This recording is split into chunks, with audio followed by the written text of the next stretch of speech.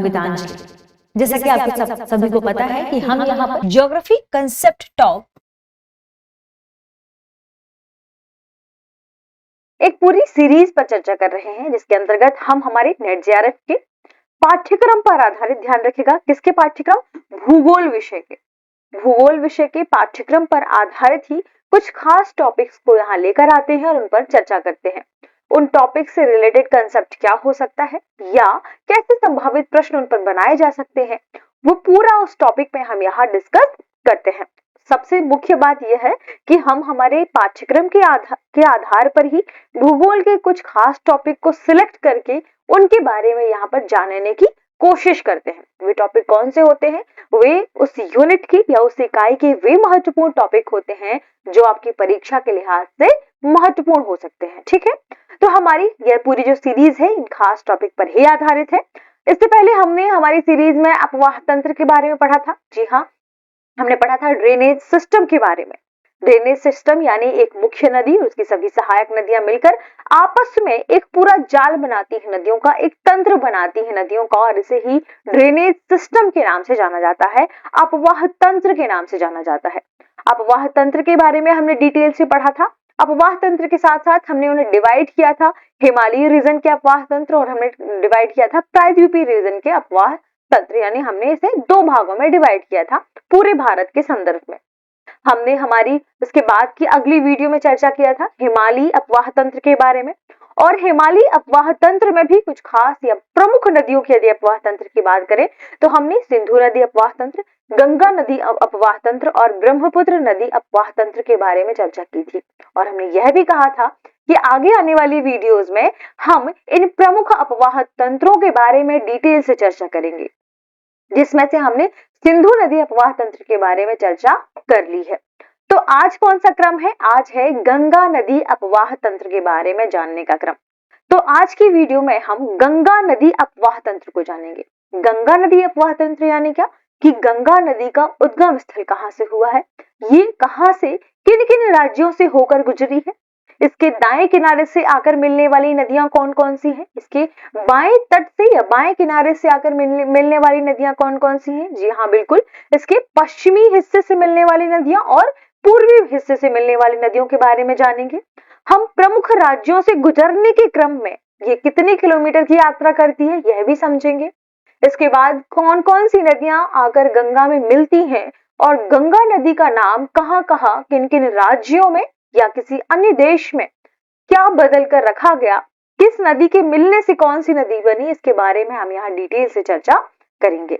साथ में हम यह भी जानेंगे कि गंगा की जो सहायक नदियां हैं उनमें से प्रमुख सहायक नदी कौन कौन सी हैं, और उन प्रमुख सहायक नदियों के बारे में भी हम यहाँ चर्चा करेंगे।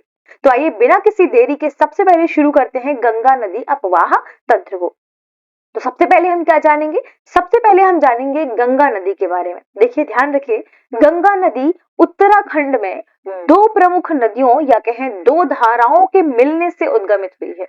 ये दो प्रमुख नदियां कौन कौन सी हैं, भागीरथी और अलकनंदा। आज के हम इस पूरे एपिसोड में या इस पूरी वीडियो में हम आपको अलकनंदा और भागीरथी कहां पर आकर मिलती है, जिसे देवप्रयाग के नाम से जाना जाता है, तो वह किस स्थान पर मिलती है इसकी इमेज भी दिखाएंगे। ठीक है, तो आइए बढ़ते हैं और सबसे पहले देखते हैं गंगा नदी अपवाह तंत्र के बारे में। और गंगा नदी अपवाह तंत्र में हमारे लिए जानना जरूरी है कि वह स्थान कौन सा है, तो वह स्थान है, ध्यान रखिएगा, देवप्रयाग। ठीक है, यानी देवप्रयाग में जब कौन सी नदी, अलकनंदा और भागीरथी नदी आकर मिलती हैं तो गंगा नदी का निर्माण होता है या नई नदी गंगा नदी बनती है। देखिए यह जो है ना, ये एक ट्राई जंक्शन पॉइंट है। कैसा, मतलब ऐसा शेप इसका ऐसा है त्रिभुजाकार का। यहां से आपको एक नदी भागीरथी आकर मिलती है और एक नदी अलकनंदा, और ये दो नदियां देखिए इसका पानी भी अलग है, इस नदी के पानी का जो कलर है वह अलग है और इसका कलर अलग है। और ये दोनों नदियां जब आकर यहाँ मिलती है तो एक धारा का निर्माण होता है, और ये एक धारा गंगा नदी है। ठीक है, और इन दो नदियों की यदि हम बात करें तो ये दो नदियां कौन कौन सी है, अलकनंदा और भागीरथी। ठीक है, तो ये किस राज्य की बात कर रहे हैं हम, ये कहां हो रहा है, ये हो रहा है उत्तराखंड में। ठीक है, ठीक, यानी एक राज्य की बात तो हमने कर ली, ठीक है, तो ध्यान रखिएगा। अब बात करते हैं कि अलकनंदा नदी कहाँ से निकली है और भागीरथी नदी कहाँ से निकली है। तो ध्यान रखिएगा, सतोपथ हेमानी से निकली है अलकनंदा नदी और गंगोत्री हिमनद से निकली है भागीरथी नदी, और ये दोनों नदियां मिलकर कहां पर, देवप्रयाग में गंगा नदी का निर्माण करती है। वहां से फिर एक धारा निकलती है किसकी, गंगा नदी की। गंगा नदी की यदि कुल लंबाई की हम बात करें पूरे भारत में, तो ध्यान रखिएगा गंगा नदी की कुल लंबाई है 2525 किलोमीटर। क्या हम बात कर रहे हैं, कुल लंबाई की, भारत के संदर्भ में ध्यान रखिएगा गंगा नदी की कुल लंबाई है 2525 किलोमीटर, ठीक है। और हम इसी के क्रम में गंगा नदी के बारे में ही आगे पढ़ेंगे कि गंगा नदी के बाएं तट से आकर मिलने वाली नदियां कौन सी हैं और दाएं तट से आकर मिलने वाली नदियां कौन सी हैं। सबसे पहले हम बात करते हैं प्रवाह के बारे में। तो देखिए, गंगा नदी उत्तराखंड से निकलकर उत्तराखंड के बाद उत्तर प्रदेश में प्रवेश करती है, और उत्तर प्रदेश में प्रवेश करने के बाद ये फिर बिहार में प्रवेश करती है। बिहार के बाद यह क्रम आगे चलता जाता है, यानी झारखंड, और फिर उसके बाद पश्चिम बंगाल, और पश्चिम बंगाल के बाद एक अन्य देश बांग्लादेश, ठीक है। यानी पश्चिम बंगाल के पास गंगा नदी दो धाराओं में विभाजित होती है, एक धारा नीचे हुगली की तरफ जाती है और दूसरी बांग्लादेश में प्रवेश करती है। आइए देख लेते हैं हम इसे दूसरे मैप में कि आखिर ये कहां पर है। देखिए, यह एक मैप है और हम इस मैप के थ्रू ही जानेंगे। सबसे पहले बात करें तो यह है, देखिए, उत्तराखंड, ठीक है। तो गंगा नदी उत्तराखंड से निकलती है और उत्तराखंड के बाद यह उत्तर प्रदेश में प्रवेश कर जाती है, यह, ठीक है। और उत्तर प्रदेश में प्रवेश करने के बाद यह फिर इस बॉर्डर के बाद यह बिहार में भी प्रवेश करती है, और बिहार में प्रवेश करने के बाद देखिए यहाँ से यह इस हिस्से से आगे गुजरती है, तो यानी ये झारखंड वाले बॉर्डर में भी थोड़ा सा प्रवेश करती है, और फिर पश्चिम बंगाल में ये दो धाराओं में विभाजित हो जाती है। एक धारा बांग्लादेश की ओर जाती है और दूसरी देखिए पश्चिम बंगाल में ही नीचे आकर डेल्टा के पास, सुंदरबन डेल्टा के पास आसपास यहाँ पर देखिए आकर कहां पर गिरती है, बंगाल की खाड़ी में, ठीक है। तो ये हमने देखा पूरे अन्य राज्यों से, यानी उत्तराखंड के अलावा किन राज्यों से होकर ये बहती है, और उत्तराखंड के बाद इसके बाद अंत में ये किस, देखिए आपने, किस देश में प्रवेश करती है इनकी एक धारा।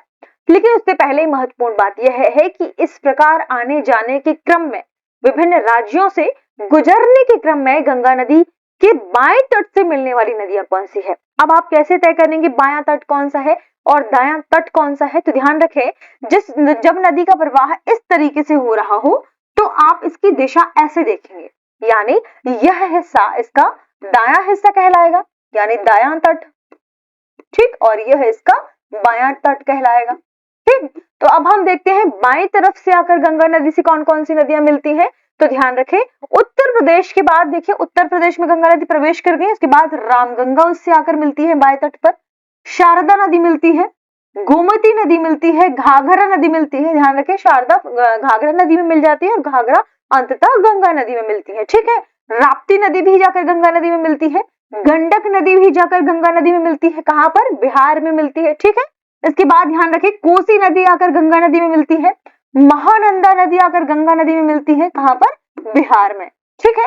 तो ये प्रमुख नदियां हैं जो गंगा नदी में आकर मिलती हैं बाएं तट से। गंगा नदी के यदि हम प्रवाह की बात करें तो देखिए यह उत्तराखंड से दक्षिण की ओर नीचे प्रवाहित होती है, और जैसे ही यह उत्तर प्रदेश में प्रवेश करती है तो इसकी दिशा क्या हो जाती है, दक्षिण पूर्व, ठीक है। और दक्षिण पूर्व के बाद यह जब बिहार में प्रवेश करती है इसकी दिशा हो जाती है पूर्व की ओर, यह, ठीक, यानी इसकी दिशा पहले दक्षिण, दक्षिण पूर्व, फिर पूर्व की ओर होती है, और अंत में जाके फिर बाद में पूर्व में दो धाराओं में विभाजित होकर दक्षिण की ओर पश्चिम बंगाल में गिर जाती है, ठीक है। यानी इसका पूरा जल कहां विसर्जित होता है, पश्चिम बंगाल में, और उसका डेल्टा भी वही बनता है। तो हमने देखा कि इसके बाएं तट से आकर मिलने वाली नदियों में कौन कौन सी नदियां शामिल हैं, रामगंगा, गोमती, घाघरा, गंडक, बागमती, कोसी एवं महानंदा नदी, ठीक है। आगे बढ़ते हैं और जानते हैं इसके दाएं तट से आकर मिलने वाली नदियों के क्रम में। तो ध्यान रखिए, दाएं तट से जब नदियां आकर मिलती हैं, ये नदियां महत्वपूर्ण है, ठीक है। दाएं तट से कौन कौन सी नदी मिलती है, यमुना, सोन, टोंस, कर्मनाशा। ध्यान रखिए, पुनपुन नदी भी इसके दाएं तट से आकर मिलती है, कहां पर मिलती है, बिहार में, ठीक है। इसके अलावा यमुना से बहुत सारी आकर नदियां पहले यमुना नदी से मिल जाती है, फिर ये जाकर गंगा नदी से मिलती है। तो आइए देखते हैं इसका क्रम। तो देखिए यह है गंगा नदी का प्रवाह और हमने जाना कि इसका प्रवाह इस दिशा से इस दिशा की ओर है। कहां से? पश्चिम से पूर्व की ओर है। ठीक है, और इस क्रम में यमुना नदी सबसे बड़ी सहायक नदी मानी जाती है गंगा नदी की। ठीक है, और यमुना नदी से कौन कौन सी नदियां आकर मिलती है? तो देखिए सबसे पहले बनास नदी आती है जो चंबल नदी से मिलती है, काली सिंध आती है जो चंबल नदी से मिलती है, पार्वती नदी आती है जो चंबल नदी से मिलती है, सिंध नदी जाकर यमुना नदी से मिलती है और चंबल नदी जाकर यमुना नदी से मिल जाती है। यहाँ बेतवा और धसान दो नदियां हैं जो यमुना नदी में जाकर मिलती हैं। केन नदी जाकर यमुना नदी में मिलती है और अंततः यही यमुना नदी जाकर कहाँ मिल जाती है? जाकर गंगा नदी में। अब चलिए आप कमेंट सेक्शन में बताइए कि यमुना नदी गंगा नदी में किस स्थान पर जाकर मिलती है, क्योंकि ये स्थान काफी पवित्र माना जाता है और काफी फेमस भी है। ठीक है, इसके बाद बात करें सोन नदी की। तो देखिए सोन नदी निकलती कहां से है? मध्य प्रदेश में अमरकंटक की पहाड़ियों के पास से राजस्थान। इसके बाद फिर वह मध्य प्रदेश के बाद घुमावदार यात्रा करती है। सोन नदी सोनभद्र से होती हुई यानी उत्तर प्रदेश में प्रवेश करती है और उत्तर प्रदेश में प्रवेश करने के बाद यह बिहार में प्रवेश करती है और बिहार में प्रवेश करने के बाद यह गंगा नदी से मिल जाती है। यानी सोन नदी की अपनी यात्रा भी काफी लंबी है और अंततः सोन नदी कहां जाकर मिलती है? गंगा नदी में जाकर मिलती है। और एक रिहंद नदी है जो कि उत्तर प्रदेश के सोनभद्र में है, ध्यान रखिएगा। और रिहंद नदी भी आप मान सकते हैं कि गंगा नदी में मिलती है। क्यों? क्योंकि ये सोन नदी में मिल जाती है और अंततः सोन नदी जाकर कहां मिलती है? गंगा नदी में मिलती है। यानी उत्तर प्रदेश, बिहार, इन सभी राज्यों को यदि हम गौर से देखें तो बहुत सी नदियां हैं जो गंगा नदी के दाएं तट से जाकर मिलती हैं और ये इसकी प्रमुख सहायक नदियां भी मानी जाती है। ठीक है, तो हमने देखा दाएं तट से मिलने वाली नदियों के संदर्भ में। अब देखिए यह पूरा मैप है गंगा नदी का, यहाँ पर दाएं और बाएं दोनों तट से मिलने वाली नदियां शामिल हैं। तो आपने देख लिया अलकनंदा और भागीरथी दो धाराएं निकलती हैं, ये फिर गंगा नदी का निर्माण करती है एक नदी और फिर ये आगे आकर विभिन्न राज्यों से होकर गुजरती है। उत्तराखंड के बाद देखिए यह उत्तर प्रदेश में प्रवेश करती है, उत्तर प्रदेश के बाद यह बिहार में प्रवेश करती है, फिर झारखंड से थोड़ा हिस्सा इसका लगता है और पश्चिम बंगाल के बाद ये दो धाराओं में यहाँ पर पश्चिम बंगाल के पास दो धाराओं में विभाजित हो जाती है। एक बांग्लादेश में प्रवेश करती है और दूसरी आकर कहां जाती है? हुगली से होते हुए यहाँ बंगाल की खाड़ी में। ठीक है, यह भी ध्यान रखिएगा कि जहां पर गंगा नदी दो भागों में डिवाइड होती है तो जब यह बांग्लादेश में प्रवेश करती है तो इस धारा को पद्मा के नाम से जाना जाता है। ठीक है, अब बात करें प्रमुख क्षेत्र और इसके बारे में कि गंगा नदी के आसपास गंगा नदी के तट में कौन से प्रमुख शहर स्थित हैं। तो ध्यान रखिएगा गंगा नदी के तट से आसपास होते हुए कन्नौज, इलाहाबाद, जिसे अब प्रयागराज के नाम से जानते हैं। ठीक है, इसे ध्यान रखिएगा प्रयागराज। ये प्रमुख जो शहर है यहाँ पर स्थित है। कानपुर एक बड़े शहर के रूप में जाना जाता है जो गंगा नदी के तट पर स्थित है। ठीक है, अब यदि हम बात करते हैं इसी क्रम में, चूंकि हम गंगा नदी के संदर्भ में ही बात कर रहे हैं तो गंगा नदी से जुड़े हुए कुछ खास तथ्य भी आपको पता होना चाहिए।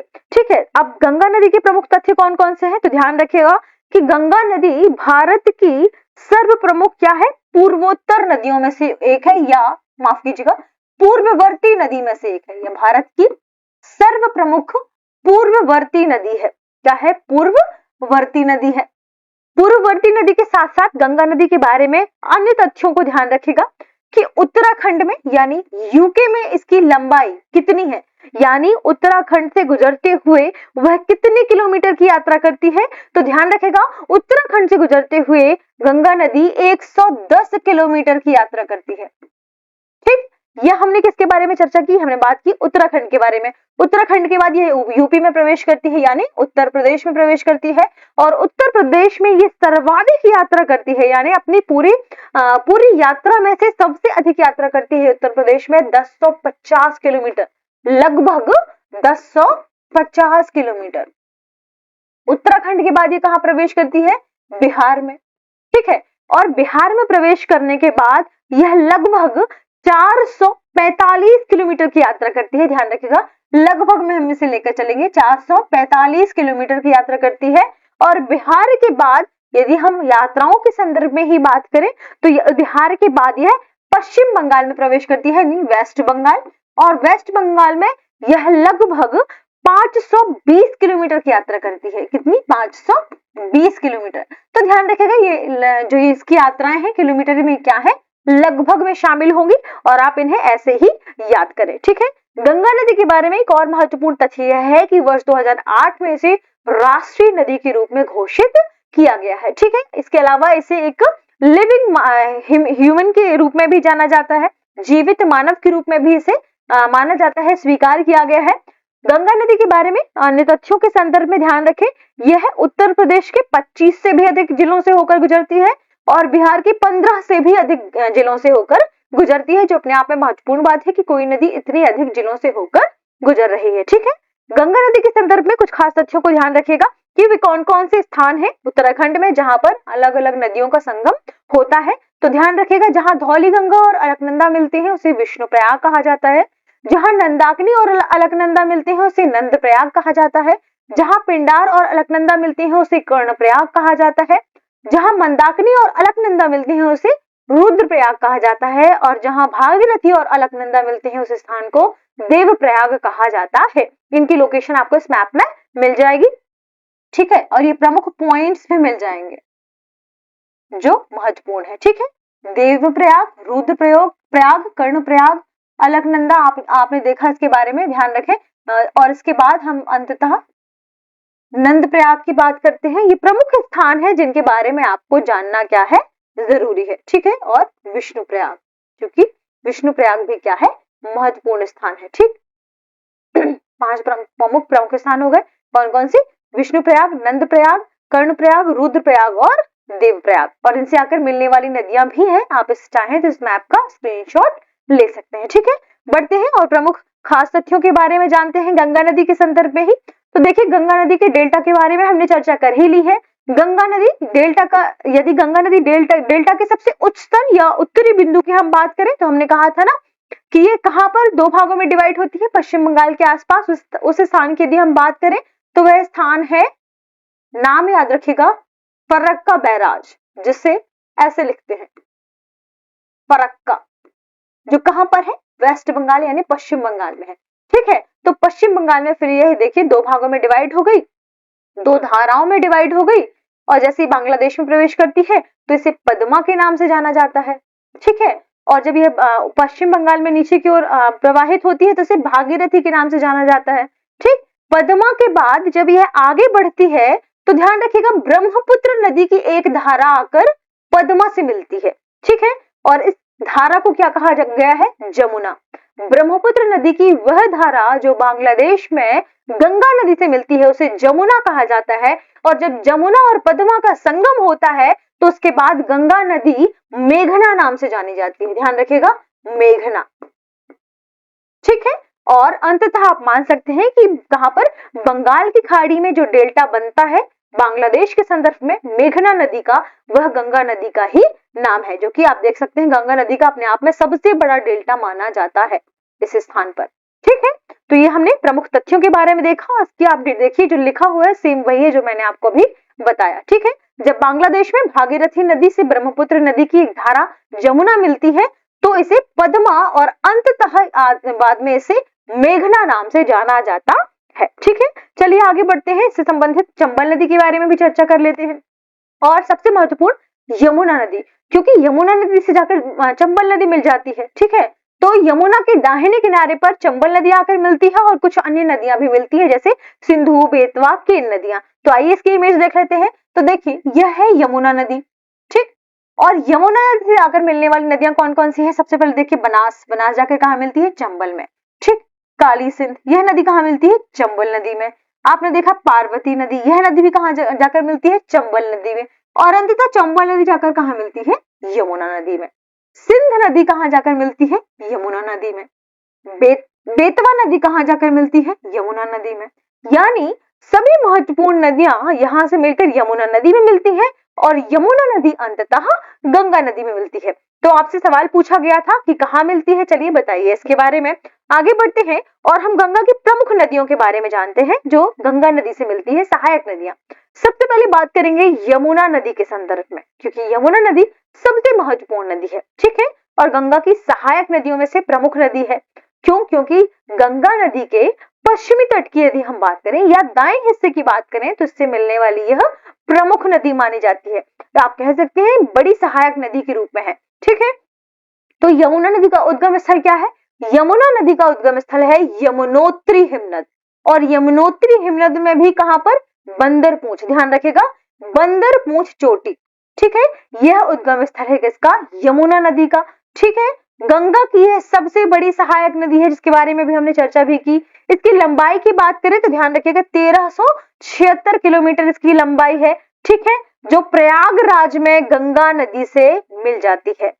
यही इस प्रश्न का सही जवाब था जो प्रश्न आपसे पूछा गया था। ठीक है, आगे बढ़ते हैं। गंगा नदी के संदर्भ में ही माफ कीजिएगा, यमुना नदी के संदर्भ में कुछ खास तथ्यों को जानते हैं। कोसी नदी गंगा में बाएं तट से आकर मिलती है, हमने इसके बारे में चर्चा भी की। सबसे महत्वपूर्ण बात कि कोसी नदी कहां पर आकर इसके बाएं तट से मिलती है, तो ध्यान रखिएगा कोसी नदी कहां पर?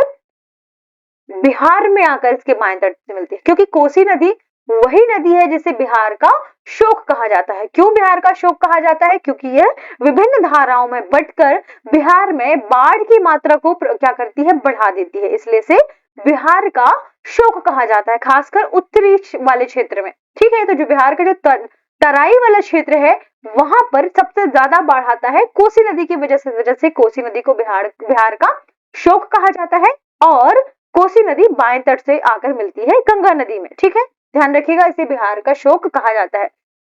हुगली की बात करें तो हुगली के दाएं तट से मिलने वाली दामोदर नदी को बंगाल का शोक कहा जाता है। दामोदर नदी भी यहाँ चर्चा में आ गई, तो हम अंत में दामोदर नदी के बारे में भी थोड़ा सा जान लेंगे। ठीक है, तो यह कहां पर है? दामोदर नदी को कहां का शोक कहा जाता है? पश्चिम बंगाल का कहा जाता है, और यह कहां पर मिलती है? हुगली के दाएं तट से यह क्या होती है? मिलती है। ठीक है, अगला है गंगा नदी के किनारे बसा सबसे बड़ा शहर कौन सा है? चलिए इसे आप कमेंट सेक्शन में बताइए।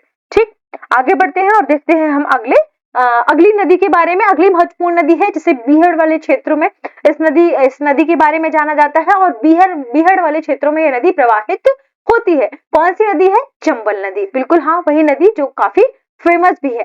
चंबल नदी की बात करें तो देखिए यह मध्य प्रदेश के आसपास वाले रीजन में बहती है, हालांकि अन्य राज्यों से भी यह होकर गुजरती है। अभी चर्चा करेंगे कि कहां से। जब यह मध्य प्रदेश से होकर बहती है तो मध्य प्रदेश के यह उत्तर पूर्वी वाले क्षेत्र से राजस्थान और मध्य प्रदेश का बॉर्डर बनाते हुए आगे निकलती है, और जब इनका बॉर्डर बनाते हुए आगे निकलती है तो यह उत्तर प्रदेश के इटावा के आसपास जाकर किस नदी से मिलती है, यह भी आपको कमेंट सेक्शन में बताना है, इससे पहले कि हम इसके बारे में पढ़ें। तो आपने, चूंकि हमारे अभी पिछले वाली जो चर्चाएं हैं उसमें आपने ध्यान दिया होगा कि वहां पर कौन सी नदी थी जिसके बारे में हमने अभी चर्चा की थी? यमुना नदी। तो चंबल नदी कहां पर जाकर मिल रही है? यमुना नदी से जाकर मिल रही है। ठीक है, आगे बढ़े। इसके उद्गम की बात करें कि चंबल नदी का उद्गम कहां से हुआ है, तो इसका उद्गम हुआ है मध्य प्रदेश में। कहां पर? जाना पाव पहाड़ी। तो जाना पाव पहाड़ी से इसका उद्गम हुआ है। स्थान की बात करें तो ध्यान रखेगा महू। ठीक है, और कहा? मध्य प्रदेश। इसकी लंबाई की बात करें तो 965 किलोमीटर इसकी लंबाई है। हमने अभी चर्चा की कहां से होकर गुजरती है, यह मध्य प्रदेश के बॉर्डर से होकर गुजरती है। यहाँ पर देखिए, मान लीजिए मध्य प्रदेश की बॉर्डर, यहाँ पर क्या है? राजस्थान। तो यह मध्य प्रदेश की बॉर्डर बनाती हुई फिर ऐसे उत्तर प्रदेश में प्रवेश करती है, और इटावा और के थोड़ा पहले इटावा में ये क्या होती है? यमुना नदी से मिल जाती है, इटावा के समीप। ठीक है, तो उत्तर प्रदेश के इटावा के समीप यह यमुना नदी में मिल जाती है। यह अपनी उत्खाद भूमि के लिए या बीहड़ वाले क्षेत्र के लिए या इस भूमि के लिए काफी फेमस है। चलिए यह तो बताइए कि चंबल नदी में क्या पाए जाते हैं जो मध्य प्रदेश में काफी फेमस भी हैं। ठीक है, बढ़ते हैं। चंबल नदी की सहायक नदियों को जान लेते हैं। इसकी सहायक नदियों में बनास, पार्वती, काली, सिंध आदि नदियां शामिल है, जो आप देख सकते हैं। यह अब आप इस मैप से समझ सकते हैं मध्य प्रदेश और राजस्थान की बॉर्डर के संदर्भ में भी। देखिए, यह मध्य प्रदेश का क्या है?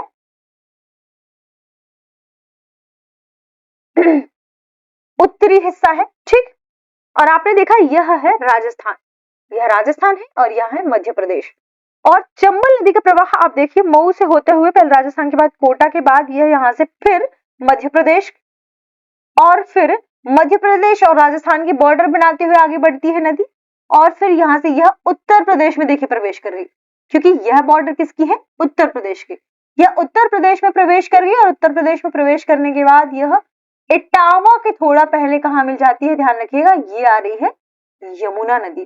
तो यह यमुना रिवर में मिल जाती है। ठीक है, ये हमने देखा मैप के थ्रू। अब आपको याद रहेगा स्थान भी और राज्य भी। अब बढ़ते हैं और जानते हैं दामोदर नदी के बारे में। अभी हमने चर्चा की इसे क्या कहा जाता है, पश्चिम बंगाल का शोक कहा जाता है। ठीक है, दामोदर नदी के बारे में बात करें तो इसका उद्गम स्थल कहां पर है, छोटा नागपुर का पठार, और उसमें भी किस क्षेत्र में, ध्यान रखिएगा, पलामू जिले के पास। ठीक है, अब बात करें इसकी लंबाई की तो इसकी लंबाई लगभग 592 किलोमीटर है, और यह भी ध्यान रखिएगा कि डायमंड हार्बर के पास यह नदी हुगली नदी में मिल जाती है। और इससे महत्वपूर्ण बात, बंगाल का इसे अभिशाप या शोक कहा जाता है। मैप में ध्यान रखिएगा, क्योंकि बहुत छोटा सा मैप है, दामोदर बेसिन के बारे में इस मैप को लिया गया है, और यह कहां पर है, कहां से निकलती है, छोटा नागपुर के पठार से। जिले का नाम ध्यान रखेंगे पलामू, फिर कहां प्रवेश करती है यह, पश्चिम बंगाल में, और पश्चिम बंगाल के शोक के रूप में इसे जाना जाता है। ठीक है, तो ये हमने चर्चा की गंगा नदी अपवाह तंत्र के बारे में, गंगा नदी अपवाह तंत्र के साथ प्रमुख नदियों के संदर्भ में भी, और इन नदियों के क्रम में बाएं तट और दाएं तट से आकर मिलने वाली नदियों के बारे में। ठीक है, तो अपवाह तंत्र के इस वीडियो में यहीं तक मिलते हैं हम ब्रह्मपुत्र नदी के अपवाह तंत्र के साथ अपनी अगली वीडियो में। तब तक आप रिवीजन करते रहिए, पढ़ते रहिए। शुक्रिया।